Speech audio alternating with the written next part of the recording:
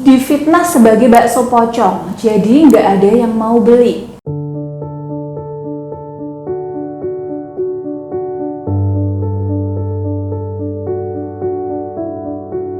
Bismillahirrahmanirrahim. Assalamualaikum warahmatullahi wabarakatuh. Alhamdulillah, senang sekali bisa bertemu kembali dengan teman-teman, saudaraku swali-swalihah semuanya yang dirahmati Allah Subhanahu wa Ta'ala di channel YouTube Mbak Nur, Pakar Kesuksesan. Karena kesuksesan bukan sekedar hanya seberapa kaya kamu, tapi semampu apa kamu membebaskan dirimu dari beban yang selama ini menggelayuti pundakmu. Teman-teman, saudaraku semuanya, apa kabar? Semoga senantiasa diberikan kesehatan ya. Dan saya doakan semoga teman-teman semuanya, siapapun yang menonton video saya ini, diberikan segala bentuk kemudahan, kesuksesan, kekayaan, kemuliaan, dan kesehatan dari Allah Subhanahu wa Ta'ala. Amin, amin, Allahumma amin.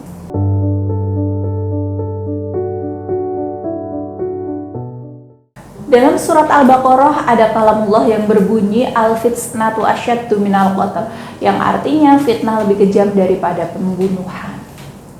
Apa itu fitnah? Fitnah adalah perkataan bohong atau tanpa berdasarkan kebenaran yang disebarluaskan dengan maksud menjelekkan orang lain, seperti menodai nama baik, merugikan kehormatan orang lain. Nah, fitnah sendiri itu berasal dari bahasa Arab, dari kata fatana yaftunu fitnatan. Secara bahasa, kata tersebut memiliki arti membakar emas hingga terpisah yang murni dengan logam yang lain. Itu secara bahasa. Namun dalam fitnah ini, bahasan tentang bab fitnah ini penting sekali ya. Jadi dalam Al-Quran itu kata fitnah dan derivasinya disebutkan tak kurang dari 87 kali di berbagai surat. Masing-masing memiliki arti yang berbeda disesuaikan dengan struktur kalimat dalam ayat. Mengapa fitnah itu dikatakan lebih kejam daripada pembunuhan? Padahal pembunuhan adalah tindakan menghilangkan nyawa orang lain, tindakan menghilangkan nyawa seseorang. Nyawa manusia tidak akan bisa kembali karena nyawanya itu cuma satu, ya kan? Jadi kalau misalnya dibunuh ya udah meninggal gitu. Lantas bagaimana bisa hanya karena memfitnah orang dianggap sebagai tindakan yang jauh lebih kejam daripada membunuh? Teman-teman, saudaraku semuanya, banyak sekali dari kita yang sering kali menyepelekan fitnah. Padahal dari satu kata fitnah ini bisa berdampak sangat luar biasa pada kehidupan seseorang. Ya, itulah mengapa fitnah disebut lebih kejam daripada pembunuhan. Pernah dengar ada salah seorang napi ya yang dihukum selama 20 tahun dan setelah menjalani setelah menjalani hukuman selama itu ternyata dia terbukti tidak bersalah.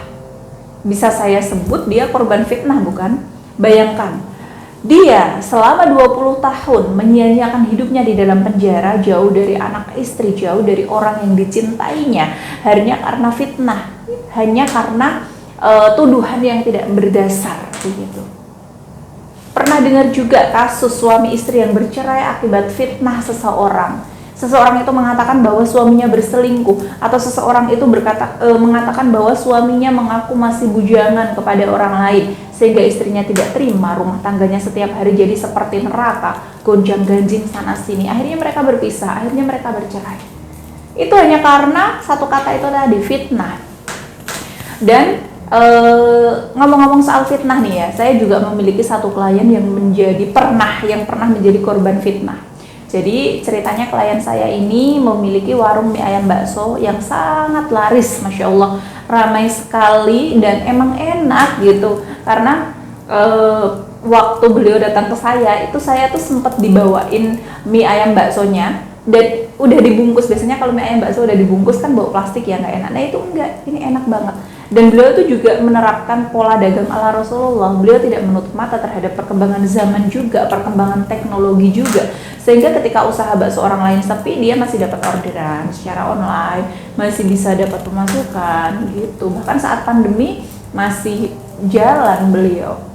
Nah, beliau menerapkan juga sedekah Jumat, gratis kerupuk dan es teh setiap hari Jumat dari pagi sampai habis. Nah, kemudian sedekah subuhnya juga Masya Allah bagus sekali begitu. Nah, wajar saja ya jika orang yang seperti ini itu diberikan oleh Allah rezeki yang berkelimpahan. Namun naasnya teman-teman, kadang orang baik banyak yang iri, banyak yang mau menjatuhkan. Ada seorang provokator yang memfitnah klien saya ini menggunakan pelarisan pocong untuk warung baksonya, sampai pada saat itu banyak warga yang berduyun-duyun untuk mendemo warung baksonya klien saya ini. Nah, si provokator ini mengatakan ke warga setempat ya, memfitnah bahwa si bapak ini memakai pelarisan pocong untuk warung bakso ya, dan meminta tumbal si pelarisan itu katanya. Jadi yang beli bisa tiba-tiba bisa sakit atau meninggal dunia katanya gitu. Nah, jika sering-sering makan bakso dari klien saya ini, dan kebetulan saat itu ada salah seorang warga yang meninggal secara tiba-tiba, meninggal secara mendadak, dadanya sesak lalu meninggal. Hal itu semakin menguatkan cocokologi fitnah yang beredar gitu loh, bahwa si warga yang meninggal itu tadi dijadikan tumbal pelarisan pocong. Nah, digoreng lagi sama warga, digoreng lagi sama si provokator gitu. Nah, klien saya ini akhirnya nggak boleh jualan sama warga, bahkan jualan di rumahnya secara online di GrabFood, GoFood, kemudian pre-order itu juga nggak boleh. Alhasil nggak ada yang beli kan. Dan ironisnya setelah klien saya ini nggak jualan, warungnya si provokator ini kebetulan usahanya juga sama, jadi ramai banget. Berarti kan kalau kita berpikir secara logika mungkin ada niat tertentu gitu. Saya tidak seuzon sih, hanya saja ketika melihat fenomena yang seperti ini jadi merasa aneh gitu. Nah, setelah klien saya ini cerita panjang lebar, saya bilang ke beliau, sabar ya Pak, karena ini terjadi, Allah tahu bahwa Anda sanggup melewati hal ini, melewati cobaan ini. Karena saat itu jiwanya labil, tidak stabil gitu loh, jiwanya kayak hidupnya tuh kacau begitu. Saya minta beliau untuk rutin wirid dengan menggunakan tasbih ar-ruqyah.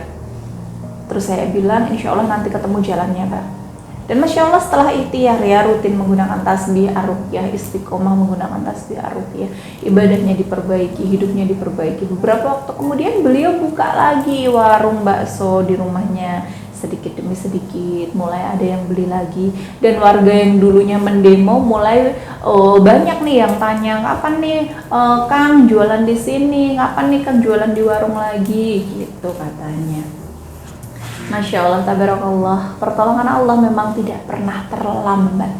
Jadi untuk teman-teman yang sedang mengalami kesulitan rezeki, atau mungkin kesulitan dalam kehidupan rumah tangga, atau kesulitan dalam parenting ya, mendidik anak dan lain sebagainya, jangan berhenti berusaha, jangan berhenti ikhtiar ya, jangan berhenti untuk mencari jalan keluar. Kalau teman-teman mau konsultasi sama saya, bisa banget, silakan hubungi nomor di bawah ini. Sekian dari saya hari ini, mohon maaf apabila ada salah kata dan perbuatan. Mari bersama sukses dan berkah di jalan Allah. Akhirul kalam, wabillahi taufiq wal hidayah, wa ridha wal inayah. Wassalamualaikum warahmatullahi wabarakatuh.